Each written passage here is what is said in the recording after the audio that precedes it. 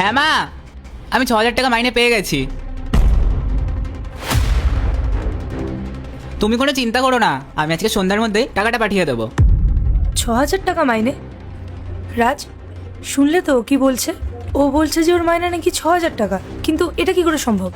আমাদের কোম্পানিতে প্রত্যেকটা সিকিউরিটি গার্ডের স্যালারি হচ্ছে 16,000 টাকা। তাহলে ও 6,000 টাকা বলছে কেন? আর একটা কথা রাজ, অফিসের সিকিউরিটি গার্ডের কাজ তো হচ্ছে পাহারা দেওয়া, তাহলে ও এখানে এসব ছাড় দিচ্ছে কেন? এসব তো হাউসকিপারদের কাজ। এই ব্যাপারগুলো না আমার ঠিক মাথায় ঢুকছে না। আসলে কি হয়েছে আমাকে একটু খোলাখুলি বলো তো।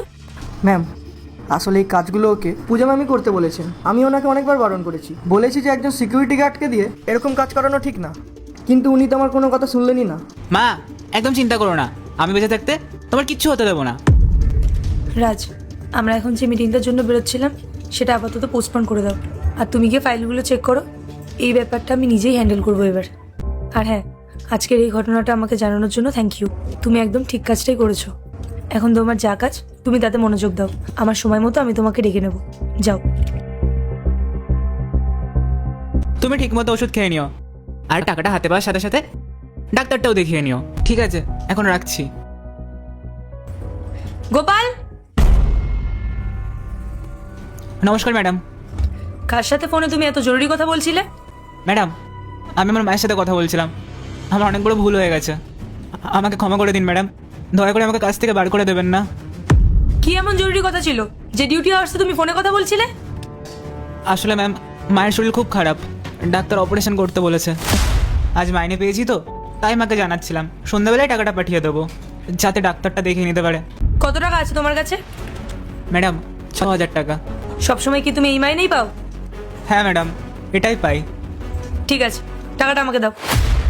ম্যাডাম, এটা তো আমার টাকা, আপনি কেন নেবেন? মায়ের অপারেশনের জন্য টাকাটা তো আমি বাড়িতে পাঠাবো। এই টাকাটা তো আমিই তোমাকে দিয়েছি, আর যখন আমি ফেরত চাইছি তখন তোমার এটা আমাকে ফেরত দেওয়া উচিত। দাও। আমি যখন ডাকবো তখন আমার কেবিনে চলে আসবে। আর হ্যাঁ, নেক্সট টাইম থেকে যেন অফিস আওয়ার্সে তোমাকে আর ফোনে কথা বলতে না দেখি। হ্যালো মা। হ্যাঁ বাবা, বল। আমি মনে হয় সন্ধ্যাবেলা তোমাকে আর টাকাটা পাঠাতে পারবো না। কেন বাবা? আমি কাজের সময় ফোনে কথা বলছিলাম বলে ম্যাডাম সব টাকাটা নিয়ে চলে গেছে। তুমি চিন্তা করো না, আমি দেখছি কি করা যায়। আমি রাখছি। আচ্ছা বাবা।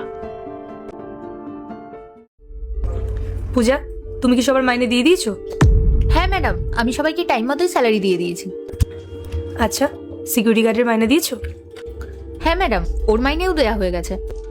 ঠিক আছে, গোপালকে আমার কেবিনে পাঠাও। ম্যাডাম, আমাকে ডেকেছেন? হ্যাঁ ডেকেছি। তোমার স্যালারি কত গোপাল? ম্যাডাম, এখনো ডিউটি টাইম, প্লিজ ওকে যেতে দিন। শুধু শুধু সময় নষ্ট কেন করছে? ম্যাম, আমাকে ক্ষমা করে দিন। হ্যাঁ ম্যাডাম, ছেড়ে দিন না, বেচারা গরিব মানুষ, ভুল তো মানুষ মাত্রই হয়। গোপাল, তুমি কাজে যাও।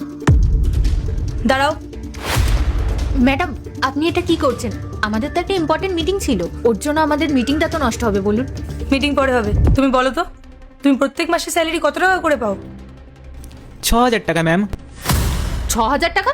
এই, কি উল্টোপাল্টা কথা বলছিস? ম্যাডাম, ওর ডাহা মিথ্যা কথা বলছে।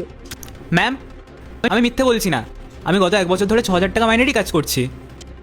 ম্যাডাম, আমাদের কোম্পানির প্রত্যেকটা গার্ডের মাইনে 16,000 টাকা, আর আমি 16,000 টাকাই ওকে দিই।